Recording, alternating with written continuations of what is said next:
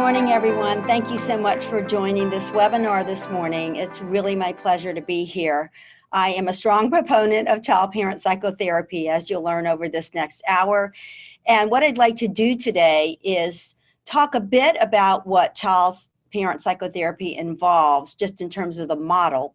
And then I'd like to talk more practically about the specifics for obtaining the training, as well as becoming rostered in the training. So that will be our plan for today. I will leave time to answer questions. And as Lindsay said, we would like for you to put the questions in the chat box. And then I'm hoping that I'll be able to get to all of your questions before the end of the hour.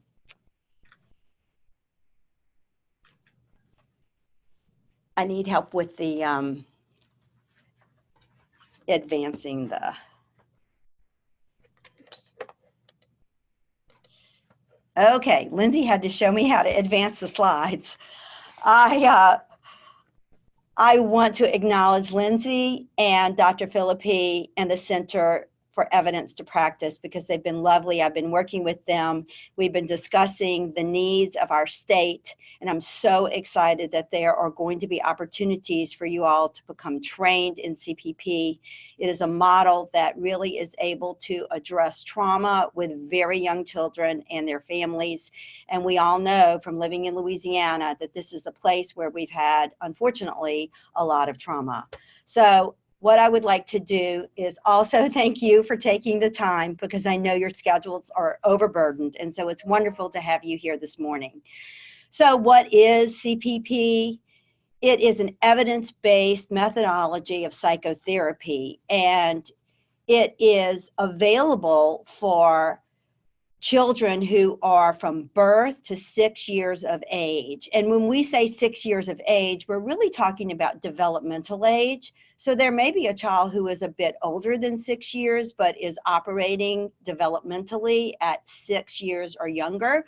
And so that child would be appropriate to be seen in CPP. CPP is developed to work with traumatic exposure and children and parents who have experienced a range of traumatic events. So it can be natural disasters like hurricanes, which would be something that, again, unfortunately, we see here in the state. It can also be violence. It can be interpersonal violence between parents. It can be community violence. It can be abuse and neglect, separation from a caregiver, and of course, medical procedures due to severe injuries, motor vehicle accidents, things of that nature. I do want to say that in CPP, and I'll discuss this in a minute in more depth, but we do talk about the nature of the trauma.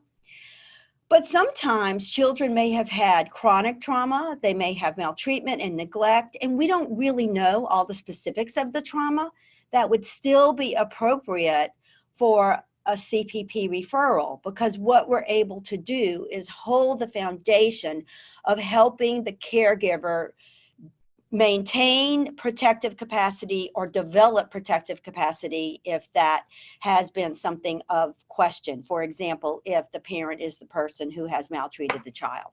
So we'll talk a bit more about that, but I just want to let you know we like to have specifics about the traumatic experience, but sometimes there are many things that we don't really know all of the specifics, and we can still work with that in CPP. CPP is built on a model that uses several theoretical stances, and one is psychodynamics.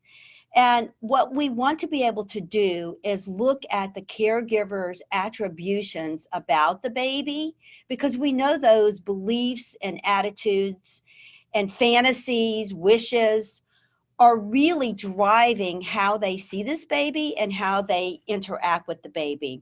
We also know that those types of attributions can be assessed even prenatally. So I'm going to give you an example of a situation where CPP might be quite useful. And that is, we have a pregnant mom and the baby has reached quickening. So the fetus is moving around in the womb, and the mother says, this baby is trying to keep me from sleeping, and this baby is trying to hurt me, and is already beginning to have thoughts about what this baby is going to be like and what the baby's intentions are even before the baby is born.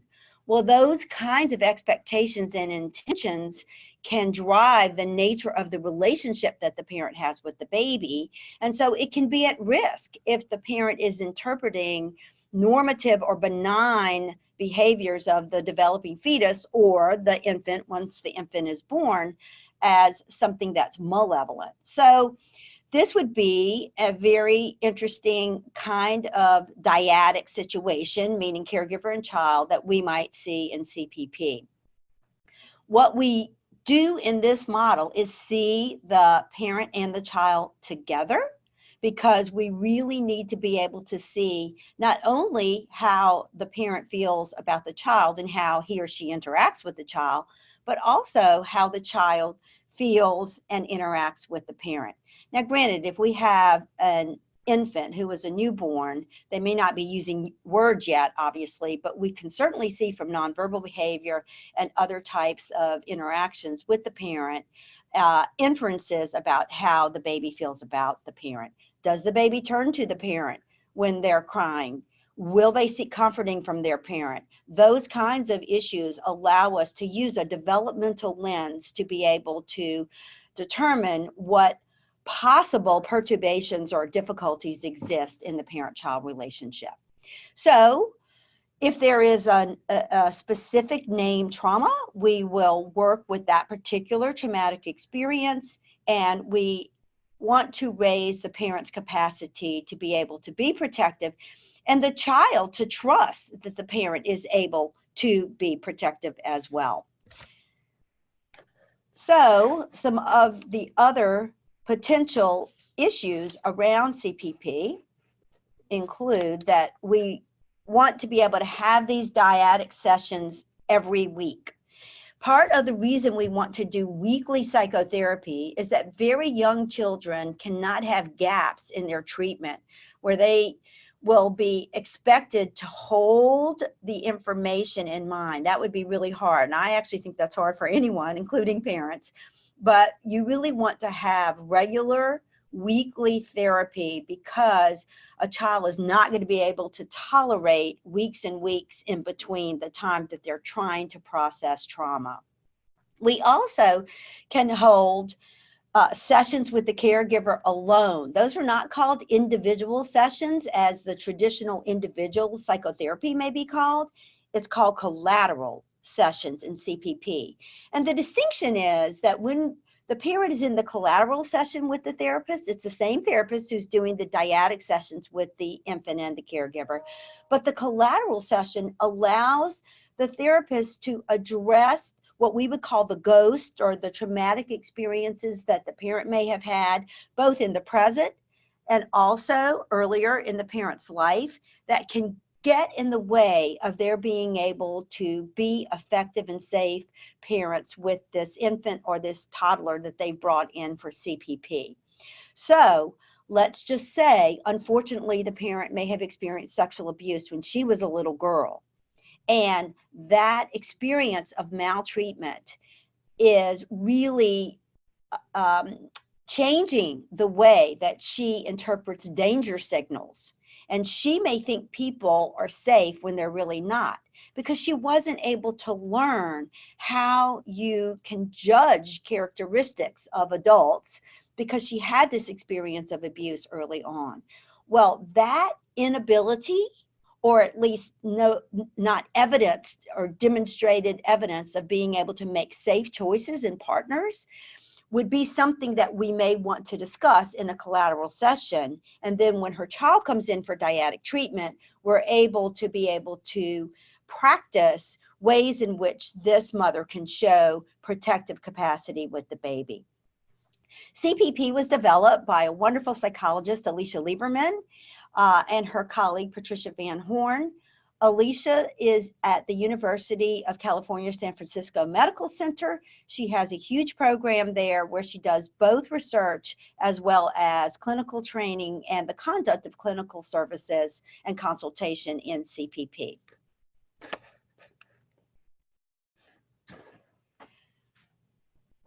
How about the evidence base? We know that CPP is very effective. There have been several longitudinal studies, meaning long-term, following the same children and parents over time. And those studies have looked at a range of both child outcomes as well as parent outcomes. And what we've been able to see is that children certainly have decreases in symptoms of trauma, both if they've had frank diagnoses of PTSD as well as subclinical diagnostic pictures, that those symptoms go down. We also see a decrease in behavior problems, and that can be a range of externalizing behaviors as well as internalizing behaviors, depression and anxiety, also acting out, being hyper, if you will, in classrooms, preschools, or at home. We see, which is wonderful, an increase in secure attachment relationships with CPP. And that really is going to be a focal point of what we want to do, because CPP is going to increase the capacity of the child to trust the parent, turn to the parent, and be able to use the parent effectively whenever the child's in distress or whenever the child just needs some support from their caregiving environment. We also have seen increases in the child's capacity to learn, which is a wonderful effect of CPP. So across the range of social, emotional, cognitive, and behavioral outcomes, we have seen that CPP is effective. Not only that, we also see that CPP is effective in treating caregiver symptomatology. So caregivers, PTSD, and parenting stress have improved after a course of child-parent psychotherapy. And we also see that caregivers' moods have increased. If you are interested in the empirical base for CPP, please look at the website, childparentpsychotherapy.com. It is a lovely website, and I'd love to send all of you to that website. It has links for the research. It also has links for providers with many, many resources for those who want to learn about CPP and decide if you want to participate in a child-parent psychotherapy learning collaborative, or resources in terms of books for children. There are resources both in English and Spanish, and there are YouTube videos that describe all sorts of activities in CPP, including what organizations need to do to be able to participate in an 18-month learning collaborative, which I'll be discussing because that's what we're going to be offering here in Louisiana. I'm having trouble. So what are some of the minimum requirements for training? One is that all of the participants read the second edition of the CPP manual, and it's called Don't Hit My Mommy. It is by Alicia Lieberman, Chandra Ghosh-Ippen, and Patricia Van Horn. It is not written in the traditional manual format, because people will sometimes say to me, well, this isn't like a manual that I've seen for some other like graded hierarchical treatment manual for PTSD or anxiety. It's written more as vignettes, and it certainly has all the information in it around which you can learn to actually implement CPP, but it reads as narratives, and I think that it's a wonderful, wonderful book, and I refer to it. I've been a trainer for decades, and I still refer to Don't Hit My Mommy because it really rings true whether you're a beginner or whether you're very advanced as a CPP practitioner or supervisor. It also has in the second edition, which it did not have in the first edition, the Fidelity framework that's being used to make sure that clinicians and supervisors are staying true to the model. So it will be important for you all to get the second edition of Don't Hit My Mommy if you participate in a CPP training. So what's involved? There is a commitment from practitioners and from agencies. And so the first thing to know is that if you are going to be part of this learning collaborative, and I hope several of you will join, we have 3 separate learning sessions. The first learning session is 3 full days, and it's 18 hours minimum. And it presents a lot of the basic foundational theoretical stance, as well as practical things about how you conduct CPP and what the Fidelity model looks like. And there are vignettes that we'll practice so that you can really be thinking about how this model will translate for the kind of work that you'll be doing. It also has a very heavy focus, as you might imagine, on trauma and understanding trauma as experienced by caregivers and children. So that first learning session happens at the beginning of the CPP Learning Collaborative. Then 6 months later, there is a second learning session. And so in between the beginning, at the end of that third day, you will go back to your home agencies and to your teams, and you will start to practice the implementation of CPP. And then 6 months into it, you will come back and we will have a 2-day workshop that's more case-based. And in fact, we'll ask some of you to bring your cases that you have been seeing.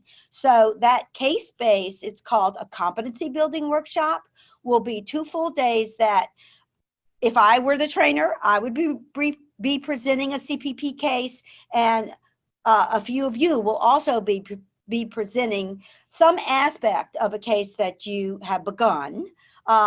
Few people have finished a case by the 6-month mark, but some of you may have actually finished a case. So you may be presenting how you terminated with a case. And then a year from the beginning, so basically 1 year from having started CPP, there is the third learning session, and that will be a learning session where, again, it's case-based, and we'll spend some time talking about termination of cases. And I would be presenting a case again, and then several of you would also be presenting aspects of a case, and hopefully we'd be able to talk about a case that's actually terminated. So it's 7 face-to-face days, and these are not negotiable. People need to attend all 7 days. Now, I will say, we know things happen. People become really ill. People may have babies. And so there are other learning collaboratives going on around the nation. It would be at the expense of the agency to send a clinician who missed a learning session to another learning session that is happening. We're really going to encourage everybody to come to the first learning session, because that we really want your groups to be together. And of course, we're encouraging you to come to all of them. But sometimes we'll get a question and somebody will say, well, I have to miss 1 day. The CPP, what I call the mothership, in California is very, very clear that even if you miss 1 day, you have to travel somewhere and make up that day. So I just like to be very transparent with agencies as they're thinking about this model. And so participation is mandatory. Okay, so what do you actually do to learn the model? If you are a clinician or a therapist at your agency who is going to be learning child-parent psychotherapy, you will need to pick up at least 4 dyads, a caregiver and a child, again, infancy to age 6, in the 18-month period. So you will have 4 cases across the 18-month period. It doesn't mean you go from start to finish with the cases, but you need to have at least experience with 4 dyads. Supervisors who are coming with their clinicians and oftentimes actually learning CPP at the same time need to see 2 families. Now, the reason supervisors see 2 and clinicians see 4 is because the idea is the supervisor is holding the content and the process of all of the clinicians that they're supervising. So they're getting a lot of case-based experience. It's just that they are doing direct service themselves with 2 families. And when I say 2 or 4, it's at least 4 for clinicians and at least 2 for supervisors. The length of treatment for CPP, it's a long treatment. And it's a long treatment because you're dealing with trauma, sometimes several traumatic experiences, and earlier adverse or traumatic experiences that caregivers have had in their life that those experiences are impairing their ability to really be adequate and safe caregivers for their children. So it's usually 34 to 50 sessions. Sometimes it's less, sometimes it's more. Obviously, the cases really depend upon the specifics and how much trauma the children and parents have experienced and the degree of their symptomatology. I already said this, but I want to reiterate it. It's so important for you to know as an organization, if you're wanting to sign up for CPP training, therapists and supervisors need to participate together. And that is really an essential aspect of CPP. When we are doing the training, the teams will be sitting together at our face-to-face sessions, and sometimes we'll mix it up so you can meet all the other teams who are coming from across the state. But we really want to think as an agency, what strengths does your agency have in working with young children, in working with traumatized families? What are the areas that you would really like to strengthen? And they're not weaknesses, so to speak, but they're things that you're concerned about. You want to hear from other agencies, but you need to be talking as a team with trainers and with other agencies. And so it's really important that people come together in an agency group for this training. There are some other minimum requirements, and those include participating in consultation calls. So in addition to the 3 face-to-face trainings, we have twice a month a consultation call. The groups are no larger than 15 or 16 people, so depending upon how many agencies we have participating, we will have more than one call group, but you will be in the same call group throughout the 18 months. And so we are going to offer an opportunity for clinicians and supervisors to discuss an actual case. And people ask this, how long are the call groups, and is it one person presenting, or is it more than one person presenting on a call?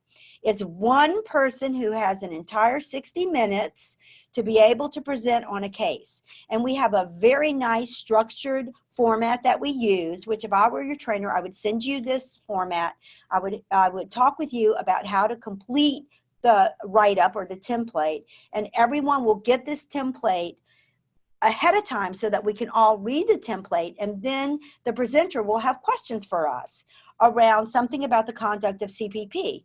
Some of the questions I've gotten, especially in the beginning of a training, is whether or not it's a case that's even appropriate for CPP. So it's completely fine for you to ask whatever question you have. It doesn't have to be, sometimes people think, oh, well, I have to have this case. I'm well into the case. Not at all. You may just have a referral. You may not even have met the family. And we can talk about what would make sense in terms of, would this case be appropriate for CPP? So you are going to share what you did and what you said in a session, not just give us historical information. And I am going to be helping you be true to the model. So the case will allow us to illustrate the larger framework of CPP. I'm going to be highlighting strengths that the clinician and the family have. I'm going to be helping you conceptualize, how is CPP different from other young child treatment?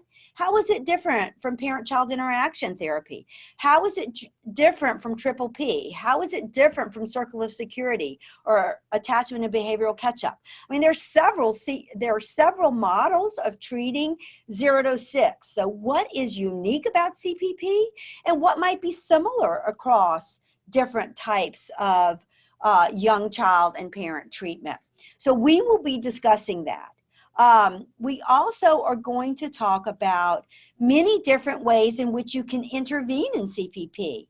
You know, what I love about it is that it is a very, very robust model, and there are many different what we call ways to enter the system. So there are lots of things we can say and do in CPP, and I will be helping the clinician or the supervisor who is presenting in that hour think about other ways in which we might approach that particular interaction or that problem. And I will be asking all the rest of you on the call, and we use Zoom, which I absolutely adore, so I can see you, I can hear you. So I'll be asking the rest of you on the call to also talk about things that you think might be helpful for that particular dyad. So there are a minimum number of calls. You need to be on at least 70% of the calls, and that works out to be 23 calls across 18 months. And I will tell you that people always make the calls. I mean, it's really not that hard to do, because you have at least, 8, 9, 10 times that you could miss a call. If there were an instance in which someone was not going to make their calls based on just having to be out for a medical procedure or for whatever reason, I think that if the training is large enough and I have more than one call group, or there's more than one trainer, you could join the other trainer or the other call group. So we always want to work with you and support you and help you be able to meet all the minimum criteria. Our groups is such that you will be able to present 2 times on this larger consultation call group during the course of the 18 months. So it's usually very interesting. Sometimes people present the same case. So they will present the first time and they may have just begun the case, and then maybe 4, 5, 6, 10 months later, they present again and they can tell us how the case has transpired over time. This is so important. So I want to really emphasize this point. Part of what is absolutely mandatory in CPP is that clinicians and supervisors participate in reflective practice, that your teams have reflective supervision and consultation. Because this is trauma-based, we all know, if you work with trauma now, I'm preaching to the choir. You know how hard it is to just hear traumatic stories from so many families and to see little ones and caregivers in pain.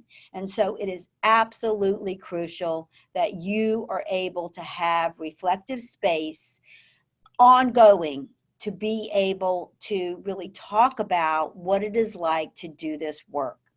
And so we think that it is mandatory for people to be able to, in their agencies, come together regularly, not with trainers.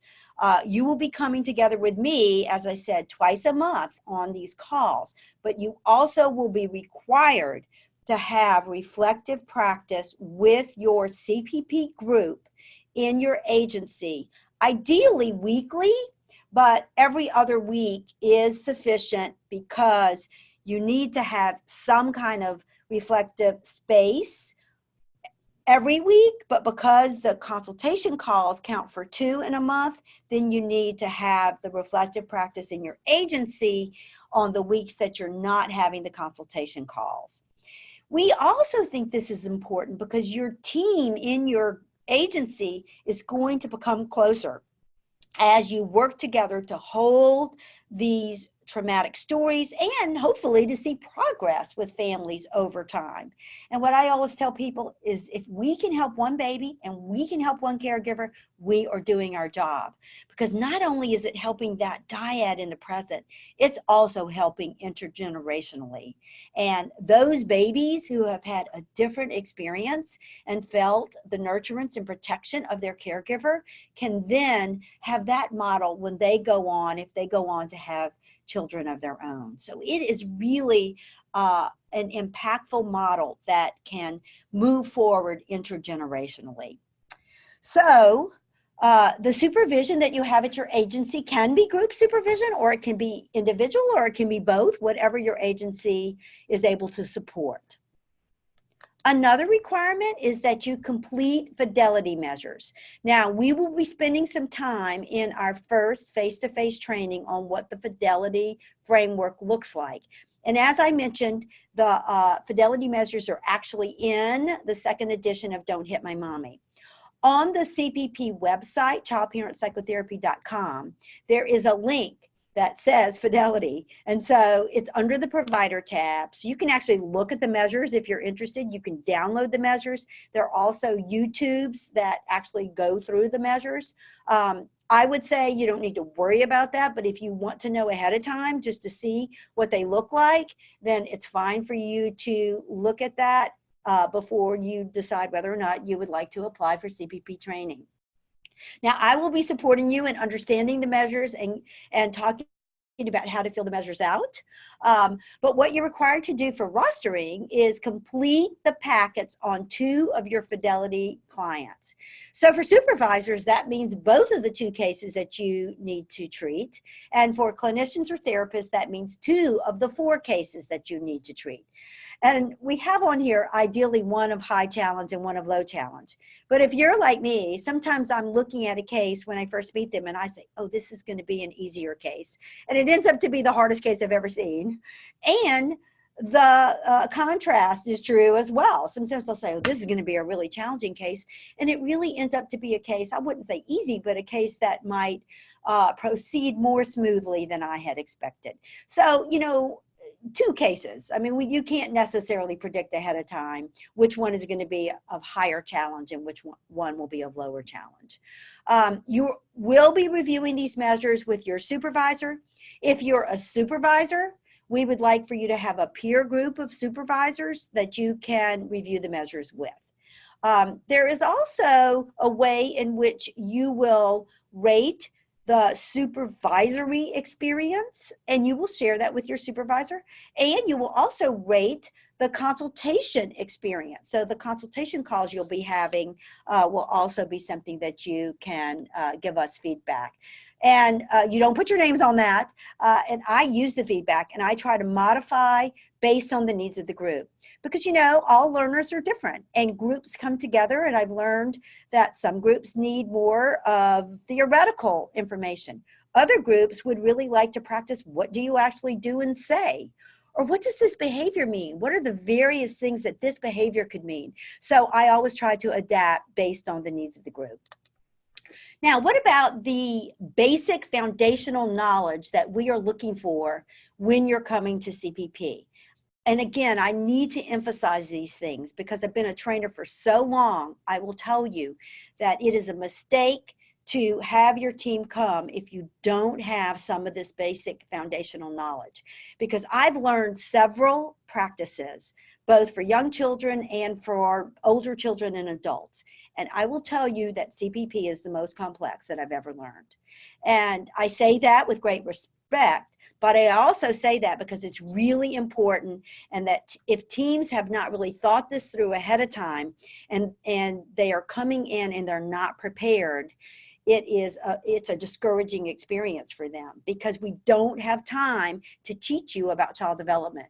We don't have time to teach you about infant development. You need to have at least a foundational knowledge of really what is typical development, so that you can also understand what atypical development is. And that doesn't just stop with infancy and toddlerhood and preschoolers. Also for adults, like when you have a baby, parenthood is a developmental phase. How does that change you? How is your expectation about being a parent different from the reality of being a parent? So adult development is something that we want you to be knowledgeable about as well. One of the core competencies and components of CPP is socio-cultural influences on functioning. And we know from living in Louisiana and anywhere in America or the world that there are sociocultural influences, and families have particular sociocultural expectations in parenting practices. And we need to understand the unique story of each family and not make assumptions about families, but to learn from them how they feel about their sociocultural, their ethnic identity, living in the South, if they have been in the South all their life, if they move from another area, if they have had intergenerational trauma from their ethnic groups. All of that information is important because it can impact how the parent and the child are together, because parenting practices are very influenced by how we have been raised ourselves, as well as expectations from our larger family units and societal units. And so we spent a great deal of time in CPP talking about sociocultural influences and how there are unique individual differences and diversity across families. Another thing we talk about is developmental psychopathology. That isn't just the child is presenting with a diagnosis or difficult behaviors, even if it's a subclinical syndrome, or the parent has depression, or the parent has trauma, or the parent has anxiety. This also is looking at the ways in which early experiences may impact later symptomatology. We can have early experiences that impact our present, our current behaviors, but earlier experiences may not evidence into problematic functioning until later in life. So let me give you an example. Let's say that we had that fetus who was developing that we talked about earlier, and the parent was having all these misattributions that when the baby was just moving around in the womb, the baby was trying to hurt her. And that was based on the fact that her father and her partner had hurt her. So her expectations about babies, and especially male babies, was that they were going to try to hurt her. So that expectation colors how she's going to be with this infant. It's already impacting the prenatal environment because she has this idea about this baby who's not born. And then when this baby's born, he may just be practicing his grasp, and he may just fling a toy across the room, but she interprets that as he's being aggressive. And so she may start to interact with him as though he's aggressive. So he starts to see himself as an aggressive child. And he may learn that he needs to be aggressive with peers. And he starts to enact this behavior that's really driven by the parent's expectation. So that's an example how an early developmental expectation from the parent is later demonstrated in problematic behavior by the child. That is developmental psychopathology. Obviously, we all need to know reporting laws. We're mandated reporters if there's abuse or neglect, or if the child's a danger to themselves or others. We need to know ethics, obviously. And as I already spoke about, we're going to spend a lot of time on trauma.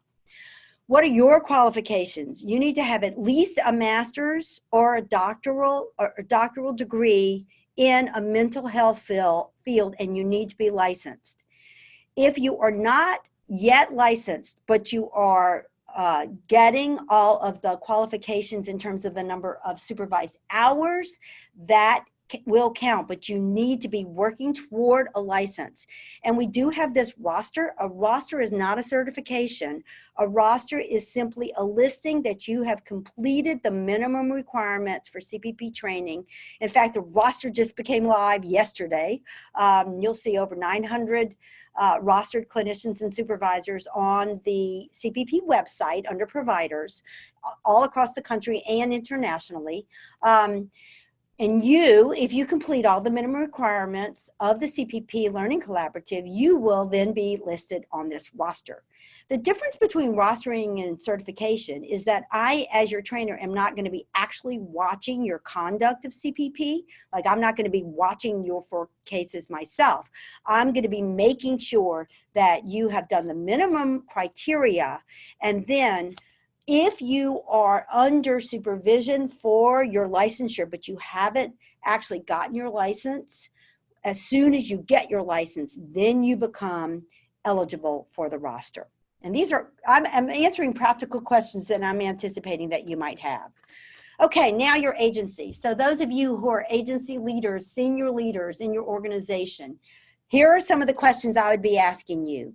First off, and it's pretty transparent, but do you serve children from infant up to age 6 years?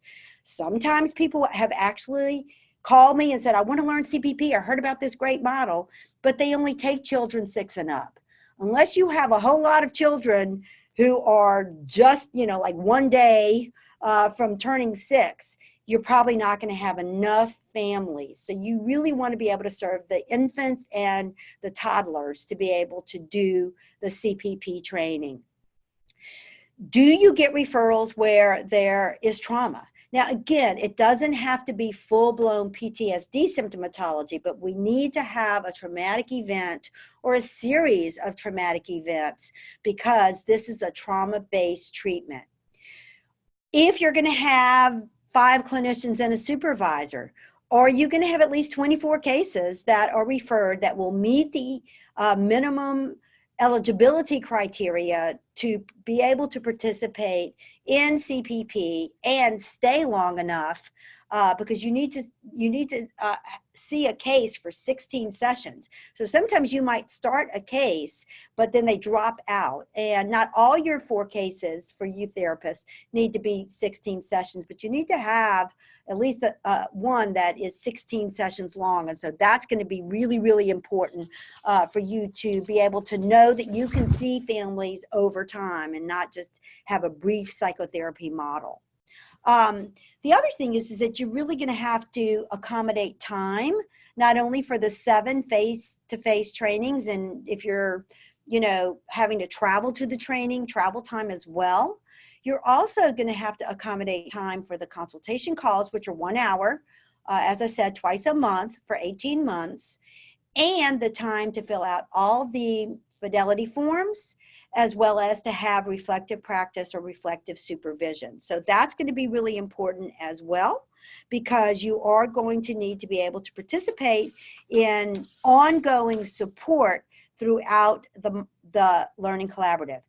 And not just throughout the Learning Collaborative, but after the collaborative ends, we strongly urge you to continue with reflective practice, because then you're actually going to have, if you want to think about it in that way, a little bit less support, because you will not be working with the consultants and the trainers any longer at the conclusion of the Learning Collaborative. Is your agency able to have time for resources and doing comprehensive assessments? And we will talk about the types of measures that we use. Nothing is absolutely required, but we have many recommended measures that we can provide to you for assessing child trauma and child symptomatology, as well as adult trauma and symptomatology. Are you able to have the toys that allow children to process trauma? So you might need to have toy ambulances and police cars and toy guns and toy knives and, toy hospitals and medical kits, because having the toys available allows the child to be able to tell us their story. This next point may not be mandatory for your agency, but some agencies actually are able to provide childcare for those collateral sessions where we see the caregiver alone, and we may try to arrange it so that the caregiver is seen, and then the next hour the caregiver and child are seen together, and that reduces the amount of times that the caregiver needs to come to the clinic every week. Sometimes you might have the caregiver coming for the collateral session on a Monday, and then they come back on a different day of the week with their child, and it's a 1-hour dyadic session with the child.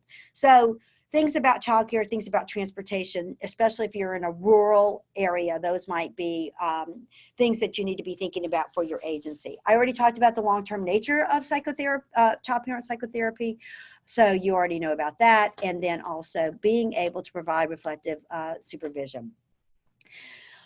The other thing is that this is a pretty intensive training period, but what I always tell people is that at the end of CPP, now you've just begun in conducting CPP.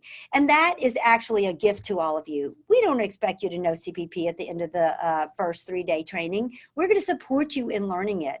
It is something I'm still learning, even though I'm a trainer and I've trained, so many times I can't even count. I am still always learning this model because I'm always learning people. People are so complex and they're coming in with such interesting stories and sometimes very, very challenging stories. So getting to know a family, of course, is going to take time. And so I just want to reassure you that even though I'm talking about how complex it is, we're really going to be holding you throughout this process of learning CPP. And it's such a privilege, and I love being a trainer. And so I'm really excited, and I'm hoping a lot of you are able to participate. I already talked about the strong foundational knowledge you all need to have. And the other thing that I think is really interesting and sometimes a bit of a challenge is to intervene at the relationship level. Lots of times people will come in and they've had a lot of child psychotherapy experience, or they've had a lot of experience working with caregivers or families. But this is really intervening at the relationship level. So when we say something, we're saying it so both this little infant or preschooler can hear it, and the parent can hear it as well. So there's certain ways in which we phrase things so that it's really heard and understood by both in the room. And I think the relationship focus is one of the more challenging things. And so I always like to talk about it as I'm inviting people to participate. The other thing, and I just discussed this, is you really need to have consistency, and consistency creates safety. And when you're working with traumatized families, you want to be able to create safety. So you need the weekly therapy, hopefully in the same room at the same time, so that the child knows there's something predictable, and that creates trust. And you also need to be able to speak about the trauma early on in the intervention. And this is a little different from some other kinds of trauma treatments. That's why we want to know something about what happened as best we can. And we will actually talk about the event. You know, Johnny, you're coming here every week to talk and play with your mommy because your mommy and your daddy got into a big fight and they hurt each other, and that wasn't safe. And so we want to come here, and your mom is learning new ways to be safe and help you. That's one very quick example. And we would obviously tailor that to the actual trauma that we see, but interpersonal violence and domestic violence is how CPP was actually created. That was Dr. Alicia Lieberman's original group. And so we are going to go forward very, very quickly. I only have 2 more slides, which I've already really discussed, and that is how important it is to have ongoing reflective consultation and supervision. And last but not least, to really be thinking about trauma from the different lenses, both the caregiver's perspective, the child's perspective, the relationship perspective, and the attachment between the caregiver and child. You need to be able to engage in self-care if you're going to do this work, and it is for all seasons. So I would like to open this up now for any questions, and Lindsay is going to help me with the questions that have been put forth for me to answer today. All right.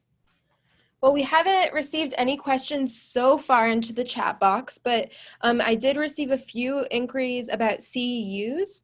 So just so everybody knows, the webinar today, we are not offering CEUs for participation. However, if your agency is selected to participate in the CPP training, we will be offering CEUs, and those will be for folks who are social workers, psychologists, and if there's others on your team who are interested, such as, you know, MDs, we would also consider going through the CEU applications for that as well, but mainly focusing on social workers and psychologists.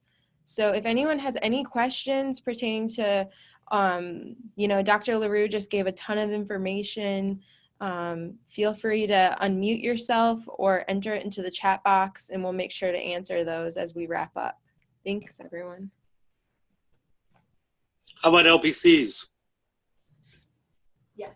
Yes, they will work on CEUs for LPCs. Thank you. Yes, absolutely.